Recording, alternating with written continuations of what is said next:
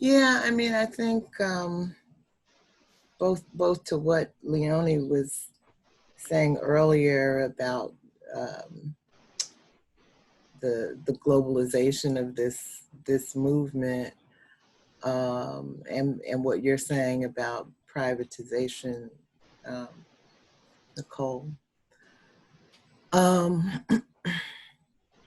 I was listening to some scholars this afternoon talk about how to go about learning from history. They were white folks, but how to go about learning from history as we enter this new movement phase. And one of them said something about how really what we're seeing is a demand for public services. And the public sector has been under nonstop attack for at least 40 years, which I can attest to. And so right now, Leonie, what I'd say is the conversation is on defunding the police, reforming the police,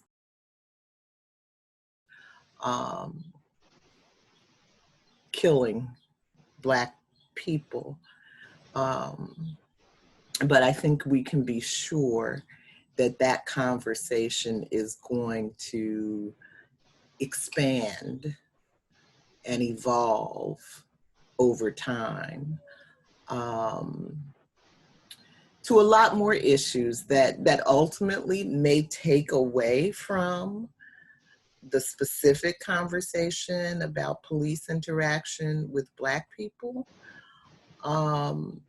but could be good if it leads to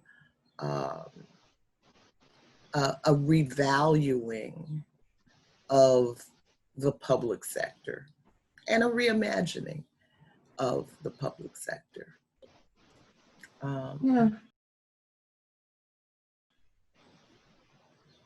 I certainly hope so. We talked about this last week, that the imagination is stifled in the United States because anti-Blackness is so, the lack of services is in a way part of the whole anti-Blackness piece. And so there isn't like a sense of what social services should look like, or even what a government's for. Like there's no, as I said last week, there's no reason why an American would know what a government is for, right? Because literally the argument in the country is you shouldn't have government. Right? So it's just like, right, but I would say a lot of it is anti-Blackness, but a lot of it is good old American greed. You know, the whole privatization thing, you know, has a lot to do with just greed. Yeah, I don't see them as being very different, but yes. Well, I mean, I don't know if you're seeing what I'm seeing, but like, I mean, anti-Blackness and greed in American history. Slavery and capitalism.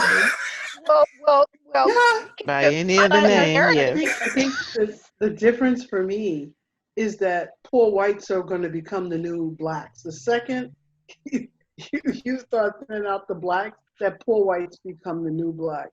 And they're realizing that. And I remember when Trump was in office and he was cutting back on, they have this program here where it's Meals on Wheels, where people just come and feed the seniors in their house. Yeah. And this woman was there and they had cut off her food. And so she was saying, well, I don't understand why Trump would stop feeding me. I'm white. And so it's just like, well, wait a minute. If you benefit from some of the public services, you're not going to have them either. Yeah, exactly. Yeah.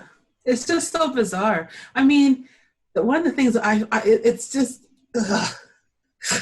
You know, one of the things I just shake my head at is that, like, there's no, let's just think about COVID-19. Oh, The yeah. United States of America has a third of the deaths in the world. And this is from the United States of America, which claims to have the best healthcare system on the planet, which has never been true. American exceptionalism. Yes, yes. Despite all the stats to the exact opposite of that, like, welcome.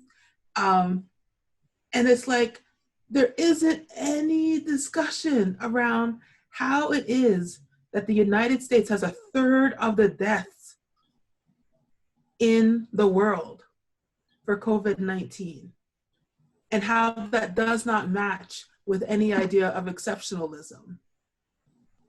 You know, have you this met is like our president? No, I mean, is that like it's not like you're looking back at like stats from, like, you know, covering over a decade or whatever. It's like you literally have like body counts, and it's just like, and it's just like within the United States, like, is not like, people are not waking up, other than people who are already awake to it, to like how absurd the idea of American exceptionalism is. Like how. Yeah, but you know, Leonie, I think the reason we see so many white folks in the streets is very related. Maybe. Very I hope related. so.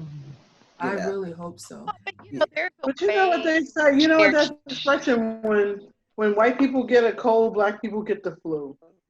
Yeah. So it is just when you're at the bottom economically speaking, and something like a virus comes along, you know, that's why the numbers were so high in our community.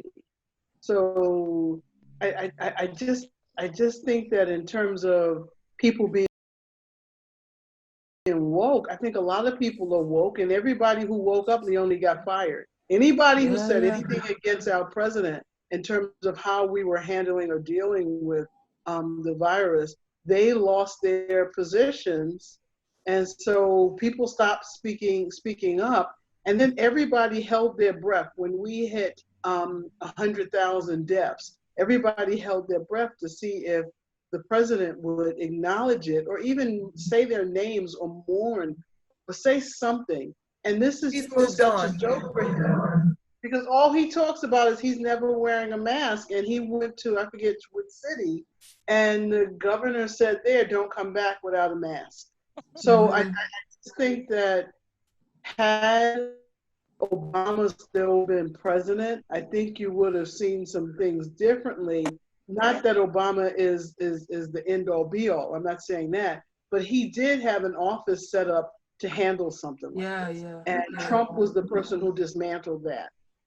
So it's so many pieces to this octopus until you just have to look and say, this has been a perfect storm. This has just been the perfect storm to have Trump and racism and police brutality and all of the other things all happened during this virus.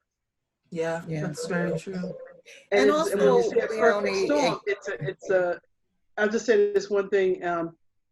All things then make life as a Black person, a person of color in this country, almost unbearable. Yeah. And it's that like Nicole was saying, this perpetual mourning. Yeah. Thanks. Go ahead, Michelle. Yeah, I mean, I wouldn't say that there's been no conversation. It's just that there hasn't been good leadership from the top. And it's, you know, and honestly, I'm to the point, I don't even think Donald, you know, I mean, I think he's just not capable. I think that we have, not me, but people who look to him for leadership were looking to him for something that he just doesn't have the capacity to provide. And I'm thinking about kind of early into the pandemic, when he was, basically saying to the governors, do what you want to do. It's, it's your decision. And I remember one of the first meetings when Andrew Cuomo went down to talk to him. And when he came back, he seemed to have a new attitude, like, all right, we're just going to forge ahead and do what we do in New York. Wish I could help these other folks out, but, we got to figure this out for ourselves, because there's not going to be any federal leadership on this. Yeah. New York opened up yesterday. I'm not real excited about it. I still think it's a little soon for my taste. But yes, the numbers back you up, Michelle. yeah. But nevertheless, you could see New York methodically going through a process to kind of get us to where we are.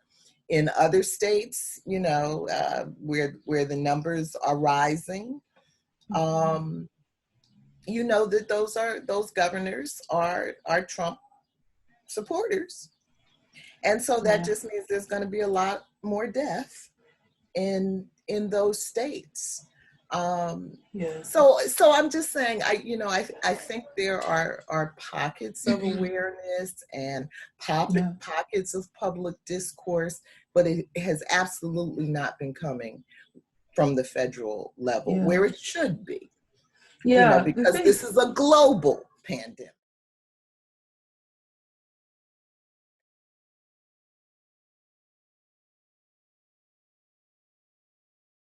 Yeah, the thing that I find really alarming is that, like, if Donald Trump gets elected again, which he could, because of, like, sorry, it's just time to be, like, honest, because look what's happening in Georgia today with the voting and stuff. That's how he can win easily. But, like, the United States cannot survive as a country if he gets elected again, because we got lucky with COVID-19. COVID-19 was not, if what happened with COVID-19 happened with SARS, 100,000 would have been nothing. SARS had several times more a rate of conversion than death than COVID-19 did. And, like, it's just like, because, like, literally this uprising that's happening now has to happen, because the country will not survive one more thing, because there will be another pandemic. Like, that's guaranteed to happen. And it will be worse than this one. And you can't have a country of 350 million people and no way of responding to it, no coordinated way of responding to it. Yeah. It's just insane to me. It is absolutely insane. So Edwidge Danticat, she wrote this very moving, I would even call it lyrical, piece. I wouldn't say it was published in the New Yorker, but she talked about Black bodies, emotion, in danger, and in pain. And all I've, seen are, like, these, even the protests, if you will. To me, it's just like a procession. It's just difficult to understand that these kids, these people, many of them Generation Z, young millennials, folks of all ages, but overwhelmingly older Generation Z and young millennials who are saying, well, you know what? I got to choose my death. I got to choose if COVID gonna take me out, or this racist, anti-Black, failed nation state. What am I? I've got to choose here. Yeah. And so many of them decided that, I'm just going to go up against the powers that be and protest, the death of this Black man, which is also related to social stratification, the failure of our institutions, and so much more.